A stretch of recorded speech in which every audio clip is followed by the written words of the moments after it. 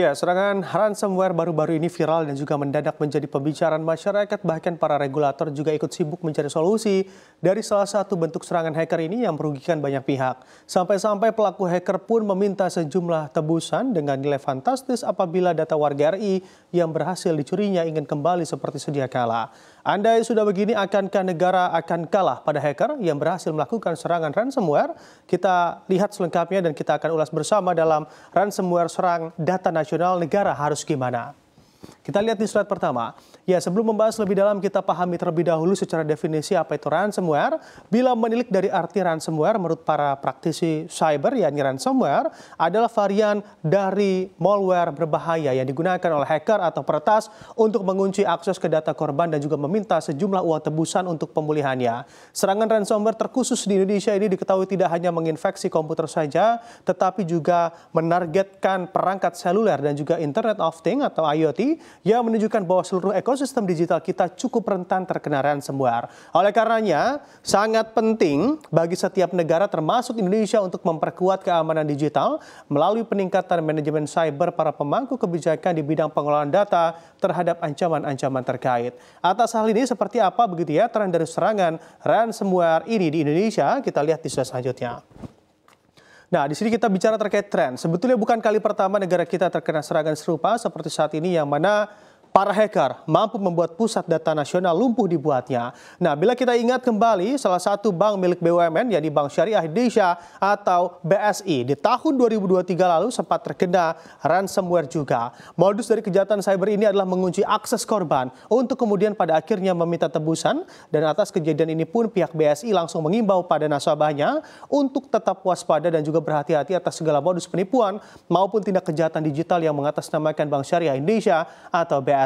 Kita amati juga pernah juga begitu ya, bukan hanya Bank Syariah Indonesia, tapi Bank Sentral kita, Bank Indonesia juga pernah terkena hal serupa atau serangan ransomware pada tahun 2022 lalu, Anda kita ingat. Selanjutnya, di sektor kesehatan pun kejadian serupa juga pernah terjadi di Rumah Sakit Kanker Darmais Jakarta yang mana ransomware mampu membuat sebanyak 60 personal komputer atau PC di rumah sakit tersebut lumpuh akibat ulah para hacker. Dan tentu masih banyak lagi begitu ya contoh-contoh serangan ransomware di negara ini di skala yang lebih kecil maupun yang lebih besar menunjukkan lemahnya proteksi data sehingga tertembus oleh berbagai serangan termasuk ransomware. Lalu apa saja jenis-jenis ransomware yang pernah terjadi di negara kita? Kita lihat di slide selanjutnya. Nah, kalau kita bicara terkait jenis-jenis ransomware yang masuk ke negara kita, bisa Anda lihat di sini. Inilah jenis-jenis ransomware yang pernah menyerang sendi-sendi data warga Republik Indonesia beberapa tahun terakhir ini. Kita lihat ada yang pertama Lunamoth, yang mana juga menyerang cukup banyak begitu ya, 418,226 aktivitasnya terkait serangan ransomware Lunamoth. Lalu ada juga WannaCry, Loki, Lockbit, dan juga GrandCrab. Sebetulnya agak-agak mirip begitu terkait bagaimana teknis serangan ransomware ini dilakukan oleh para hacker. Nah, kita bedah satu persatu jenis-jenis ini begitu ya. Yang pertama, di sini ada Lunamoth, di mana jenis ini umumnya melakukan pencurian data perusahaan menggunakan umpan seperti email, tagihan palsu, dan jika diklik, data korban langsung bisa ada dalam genggaman para hacker.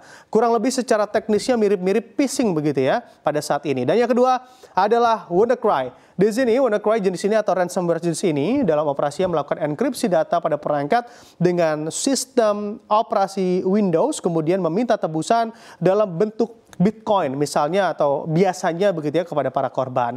Sementara untuk jenis Loki, nah ini juga tidak jauh berbeda begitu untuk cara kerjanya atau teknis detailnya, di mana Loki juga ransomware yang disebarkan melalui email dengan tujuan untuk menyusup ke PC, melakukan enkripsi data dan ujungnya meminta tebusan dalam bentuk Bitcoin juga. Nah, ini Bitcoin memang sangat kental sekali ranahnya di dark web dan juga di ranah sektor cyber ini. Nah, ini mirip-mirip juga terkait mirip Loki begitu ya, ada Lockbit yang juga menyebarkan data dan juga melakukan enkripsi data para korbannya. Dan yang terakhir ada GrandCrab. Nah, ini GrandCrab juga sebetulnya mirip-mirip juga masuk lewat tautan palsu dan dengan dalam waktu yang tidak lama atau dengan cepat data korban akan bisa diakses oleh para hacker, dimanfaatkan untuk meminta sejumlah tebusan yang ditujukan pada korban agar data mereka bisa kembali.